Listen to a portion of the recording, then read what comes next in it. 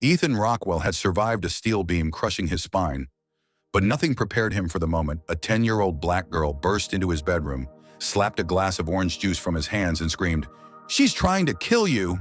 The glass shattered, the juice sprayed across the marble floor, and the world he thought he understood collapsed in an instant. His fiancée froze. The child trembled, and Ethan, trapped in a wheelchair and in a fog he could never explain, felt something he hadn't felt in years: clarity. Why did this little girl look so terrified? Why did her mother flinch as if she'd been punished for speaking truth before? And why did Ethan suddenly feel awake? As he stared at the broken glass, a dark realization crawled up his spine. If you stay with me, you're about to witness a truth so shocking it will flip everything you think you know about loyalty, love, and evil. Ethan Rockwell used to be the kind of man people pointed at from a distance, the billionaire who built half the skyline of Brookhaven, Colorado. Reporters called him the Iron Architect. Workers said he had a spine made of steel. Ironically, it was steel that took him down. 3 years before everything exploded, Ethan stood on the top floor of his newest skyscraper project when a crane malfunctioned and a massive steel beam tore loose. It happened so fast no one even screamed. The beam crashed onto his back with a sound that echoed across the entire construction site. By the time workers reached him, Ethan wasn't moving. Doctors told him the words that destroy even the strongest men: "You'll never walk again." For months, the man who once commanded entire industries could barely lift a fork. Friends stopped showing up. Business partners took over his company. His phone went silent. The world moved on without him. Everyone left, except Vanessa Hale. Vanessa, his glamorous business partner turned fiancée, moved into Rockwell Estate with promises of loyalty and devotion. She had the kind of beauty people trusted on sight: perfect blonde hair, shining green eyes, the smile of a woman who seemed too angelic to ever lie. At least that's what Ethan believed. In the beginning, she cared for him like a devoted partner. She fed him, dressed him, encouraged him, whispered sweet things into his ear every night. But slowly, too slowly for Ethan to notice, something didn't feel right. He wasn't supposed to get weaker, but he did. Day by day, his hands shook harder. His arms grew heavy. His vision blurred. His mind fogged over. And every morning, Vanessa would hand him a tall glass of orange juice with a bright, perfect smile. "Drink up, my love," she would say, her fingers brushing his. "It'll help you feel stronger today." But Ethan never felt stronger, not once. 10-year-old Aaliyah Carter, a young black girl with big, curious eyes and hair styled in tight, proud curls, stepped into Ethan's mansion for the very first time holding her mother's hand. Her mother, Naomi Carter, a hard-working black woman juggling 3 part-time jobs, had just been hired as the new housekeeper. Naomi didn't have anyone to watch Aaliyah, so she brought her along. Vanessa barely glanced at either of them. Her voice was clipped, rehearsed, slightly cold, the way some wealthy white women talk when they're trying to hide their discomfort. "Just keep the house clean," Vanessa said, waving a manicured hand, "and keep her quiet. Mr. Rockwell needs peace." Naomi forced a polite smile, even though the tone stung. She had dealt with subtle racism her entire life. She recognized it instantly: the dismissive tone, the avoidance of eye contact, the assumption that she and her daughter didn't belong in a house like this. But Naomi needed the job. She swallowed the hurt. Aaliyah, however, didn't swallow anything. She noticed everything. She noticed the way Vanessa tightened her grip on the orange juice glass every morning before entering Ethan's room. She noticed the way Vanessa locked a cabinet in the kitchen and always checked twice to make sure no one was watching. She noticed how Vanessa smiled sweetly at Ethan, but spoke sharply the moment she thought he couldn't hear. Most adults ignored patterns like that, but not a 10-year-old girl who had grown up watching the world underestimate her. One morning, Aaliyah peeked from behind the kitchen doorway. Vanessa poured fresh orange juice into a glass. Then she unlocked the cabinet, pulled out a small brown bottle, and added several drops of a cloudy liquid into the juice. She didn't add vitamins. She added something that made the juice swirl into a faint milky haze. Aaliyah stepped closer. Vanessa didn't see her. Vanessa stirred the juice, tasted it, and grimaced. The bitter twist of her mouth was full of disgust. If it tastes nasty, Aaliyah thought, why would she give it to someone who's sick? The question sat in her chest like a stone. By the 3rd week, Aaliyah felt a burning urgency inside her. She had watched enough to know something was wrong. She wasn't a doctor, but she had watched her grandmother die slowly from medication mistakes. She remembered the smell, the way nurses whispered, the bottles on the hospital table. She remembered. So when she saw Vanessa heading toward Ethan's room again with that same glass of orange juice, Aaliyah's heart pounded. Vanessa opened the door to Ethan's room. Aaliyah followed, quietly but determined. Ethan looked terrible, pale, weak, confused, like a man fading away. "Here you go, darling," Vanessa said softly, lifting the glass. "Drink it all. For me." Aaliyah felt her entire body tense. Her grandmother's voice rang in her memory. "Baby, when something feels wrong in your heart, don't you ever stay quiet." So she sprinted into the room. "Stop!" she screamed, louder than she ever had in her life. "Don't drink that!" Vanessa froze. Ethan blinked in confusion. The glass trembled in Vanessa's hand. Aaliyah ran to Ethan's wheelchair, slapped the glass from his grasp, and it exploded across the marble floor like a burst of sunlight gone wrong. Orange juice sprayed everywhere. Vanessa's face turned to stone, then to fire. "You little," Vanessa hissed, barely keeping her voice from cracking. "What do you think you're doing?" Aaliyah was shaking, but she stood tall. "That juice is making him sick," she said. "You keep putting something in it. I saw you." Ethan stared at the girl. For the first time in months, he felt a moment of clarity, like fog lifting. "What did you say?" he whispered. Aaliyah swallowed hard. "She's poisoning you." Silence hit the room like thunder, and deep inside Ethan's gut, something clicked. Something he should have noticed long ago. Something that finally, terrifyingly made sense. Before we move into the next part of the story, let me ask you, do you think Vanessa is hiding something darker than we know? Yes or no? Tell me your thoughts. Your answers help shape how the audience connects to the story. Vanessa Hale stood frozen, her fake smile cracking at the edges like thin ice on a winter lake. The shattered glass on the floor gleamed in the sunlight, bright, violent, impossible to ignore. Ethan stared at the mess, then at the trembling 10-year-old girl who had just thrown herself between him and the drink he trusted for years. Aaliyah Carter stood tall despite the fear in her eyes. Her curls framed her face like a crown, and her small chest rose and fell quickly, but she did not step back. "She's poisoning you," Aaliyah repeated, her voice steadier now. "I saw her, every single morning." Vanessa let out a slow, controlled exhale, the kind that said she was 2 seconds from exploding. "You're accusing me," she hissed. "You're just a child and—" She stopped herself, but the meaning lingered in the air like poison. A black child. The unspoken prejudice was thick in her tone. Naomi appeared in the doorway breathless, clutching a basket of folded towels. She froze at the scene, her face draining as her eyes darted from the broken glass to her daughter's determined stance. "Aaliyah, baby, what did you do?" "Mama," Aaliyah whispered. "I had to." She was hurting him. Naomi's heart dropped to her stomach. She had heard many versions of this tone in her lifetime.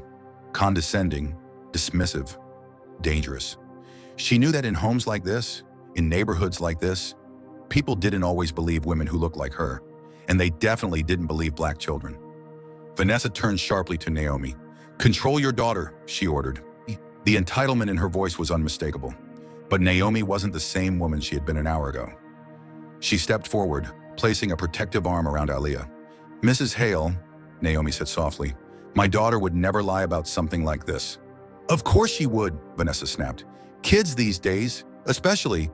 Her eyes flicked over Naomi's and Aaliyah's skin. She didn't say the word, but she didn't need to. Aaliyah stiffened, having heard these tones her whole life. Naomi felt a sting in her chest, because she knew exactly what that unfinished sentence meant. Before the argument could escalate further, Ethan lifted a weak hand. "Vanessa," he rasped, "show me the bottles." The room fell silent. "What?" Vanessa asked, her voice too sweet now, too quick to cover the cracks in her facade.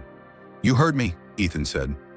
His voice was stronger than before, fueled by a strange clarity.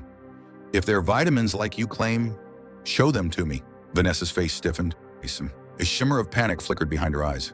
Naomi tightened her grip on Aaliyah. For the first time, Naomi felt a sense of power shift in the room, like a door finally cracking open after years of being locked. Vanessa exhaled sharply and straightened her posture. "Fine," she said. "Let's go to the kitchen. But when you see you're wrong, Ethan, you'll owe me an apology." But Aaliyah shook her head violently. "Don't let her go alone. She's gonna switch the bottles." Vanessa froze again. Ethan turned to Naomi. "Can you push me to the kitchen?" Naomi hesitated. This was his home, but she still felt like an outsider in every corner of it. But Ethan nodded gently, reassuringly. "Please," he said. She placed her hands behind the wheelchair. For the first time, she felt his trust settle on her shoulders. They moved as a united group through the hallway, Ethan in the chair, Naomi pushing, Aaliyah walking beside them with her small fists clenched in determination. Vanessa walked ahead, trying to appear calm, but her steps were rigid, frantic. The moment they entered the kitchen, Vanessa lunged toward the upper cabinet. "Stop!" Ethan barked. The command echoed off the marble countertops, halting her mid-reach. "Step away," Ethan said. "Naomi, open it." Naomi swallowed hard and reached for the cabinet. Her hands trembled, not because she was afraid of what she might find, but because she knew this moment mattered in ways far beyond the Rockwell estate. People like her weren't often trusted in rooms like this. She opened the cabinet slowly. What she saw inside made her breath catch. 5 brown glass bottles, unlabeled, heavy, ominous. And on the counter beside the cabinet, a 6th bottle lay open, white pills scattered like tiny bones across the surface. Aaliyah gasped. Naomi whispered a shaky prayer. Ethan closed his eyes in devastation. Vanessa's composure crumbled. "It's not what it looks like." "Shuranaha," she cried, backing away like a cornered animal. Naomi picked up one of the bottles, studying the small printed words. All medical terms, all dangerous, all things a person should never ingest without supervision. "This isn't vitamins," Naomi said, barely above a whisper. Ethan's voice broke. "Vanessa, what did you do to me?" Vanessa's expression twisted, not into guilt, but into cruelty. "You think your company, your money, your name made you untouchable?" she spat. "I spent years in your shadow. You thought I should be grateful to clean up your life." "Well, I realized something, Ethan." She leaned closer, eyes cold. "You were worth more to me weak than you ever were strong." Aaliyah shuddered. Naomi inhaled sharply. Ethan felt like the ground beneath him tilted. "You poisoned me," he whispered. Vanessa didn't deny it. She only smiled. But that smile faded instantly when she saw Naomi reach for the phone. "Don't you dare!" Vanessa snarled. But Naomi didn't move her hand. She stood firm. "Stay back," Naomi warned. "I'm calling 911. Vanessa's eyes turned wild. "You think anyone will believe you?" she snarled. "A housekeeper? A black single mother? Over me?" Aaliyah stepped forward before Naomi could stop her. "They'll believe the truth," she said. Vanessa's face twisted. "You little—" She lunged. Without thinking, Naomi shoved Aaliyah behind her, and Ethan, weak, unsteady, but fueled by terror, grabbed the wheels of his chair and surged forward, slamming into Vanessa with a force he hadn't felt in years. Vanessa stumbled backward, crashing into the counter. The bottles rattled violently. Aaliyah screamed. Naomi grabbed Ethan's shoulder to steady him, and for the first time since his accident, Ethan felt alive. "She's done," Naomi whispered. "No," Ethan murmured, eyes locked on Vanessa. "She's only beginning." The police arrived within minutes, though for Ethan, Naomi, and Aaliyah, it felt like hours. Vanessa Hale sat slumped against the kitchen counter, wrists trembling as 2 officers cuffed her. Her expression wasn't remorseful. It was furious, cold, bitter fury, because her plan had unraveled, not because she regretted what she'd done. Officer Grant knelt beside the 6th bottle on the counter, examining the label. He frowned, then looked at Ethan. "Sir, these aren't vitamins. These are controlled sedatives and muscle relaxants. Very strong ones." Aaliyah looked at her mother with wide eyes. Naomi hugged her close, burying her daughter's curls beneath her chin. "I told you," Aaliyah whispered. "I told you she was making him sick." "You did, baby," Naomi murmured. "You were brave enough to see what no one else wanted to see." Officer Riley turned to Vanessa. "Ma'am, you're under arrest for felony poisoning, attempted assault, and financial fraud." Vanessa smirked. "Oh, come on, look at them. Who's really going to believe?" She didn't finish because Ethan raised his voice, firm and clear in a way he hadn't spoken in years. "I believe them." His voice filled the room with an authority he thought he had lost forever. "And you should know," he added to the officers, "these 2 saved my life today." Officer Grant nodded respectfully at Naomi and Aaliyah before escorting Vanessa out of the estate. As the squad car pulled away, Aaliyah whispered, "She can't hurt anyone now, right?" "Not anymore," Ethan said softly. "Thanks to you." Paramedics rushed Ethan to Brookhaven Medical Center, where doctors ran urgent tests. It didn't take long for Dr. Samuel Whitaker to deliver shocking news. "Ethan," he said, barely containing his own disbelief, "the medication in your bloodstream has been suppressing your nerve recovery for years. Once it clears, your legs may respond again." Ethan stared at him, stunned. "You mean, I might walk?" Dr. Whitaker smiled. "Not only might, there is a strong chance you will." Aaliyah clapped her hands. I knew it! I kept telling everyone he could get better. Naomi blinked hard, tears forming. She had spent her whole life being told what she and her daughter couldn't do, where they didn't belong, what limits they were supposed to accept. But this moment?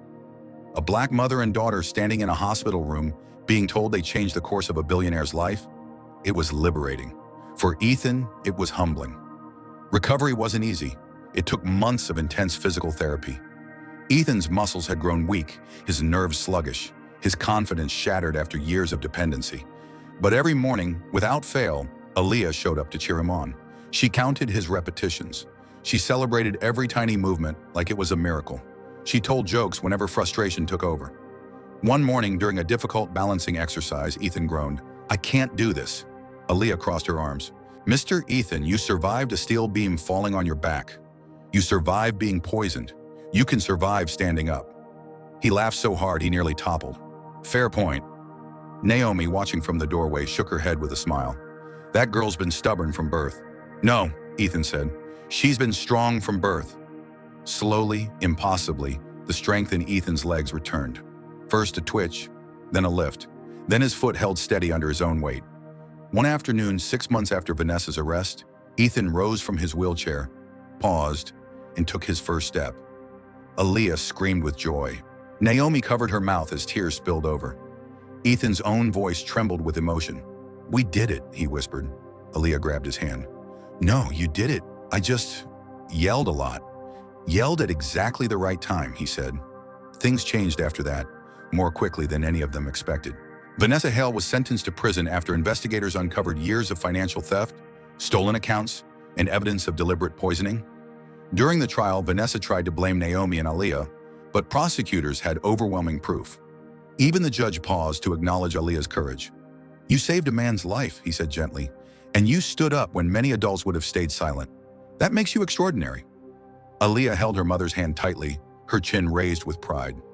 After the sentencing, Ethan asked Naomi and Aaliyah to stay, not as employees, as family. Naomi, he said, voice thick with emotion, you and your daughter are the reason I'm alive. I don't have anyone else I trust the way I trust the two of you. Would you consider living here? Not to work, but to build a home with me? Naomi wiped her cheeks. Are you sure you want that?